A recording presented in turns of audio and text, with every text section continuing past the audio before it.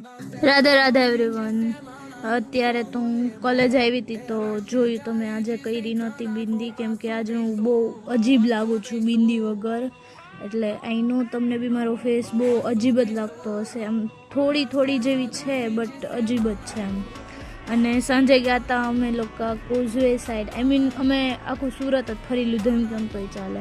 અને ઇવનિંગનો ટાઈમ હતો ને તો આમ મસ્ત હતું મોસમ ને બધું, થોડીક ઠંડી ને એમ। અને સુરત દાદા બી ઢલતા હતા અને કોઝવેનો સીન આવો જ હતો, કેમ કે સન્ડેનો દિવસ હતો ને એટલે પબ્લિક તો હોવાની જ। અને અહીંયા આવ્યા હતા એસબીઆઈમાં પૈસા નાખવા માટે, પણ એક બી એસબીઆઈનું નહોતું ચાલતું અને હું અહીંયા ઊભી ઊભી કેન્ડી ખાતી હતી, જે મારી બેને જ મને લઈ દીધી હતી।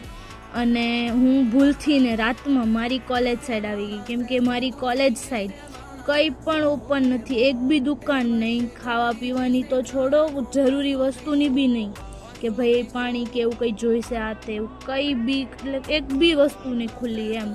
અને રસ્તામાં આવતા આવતા મર્સિડીઝ દેખાઈ ગઈ અને એમાં બી એની જે નંબર પ્લેટ છે આઈ મીન 7777, ત્યાંથી નીકળીને અમે ગયા હતા ગજેરા ઠૂસવા, આઈ મીન સોરી ખાવા માટે।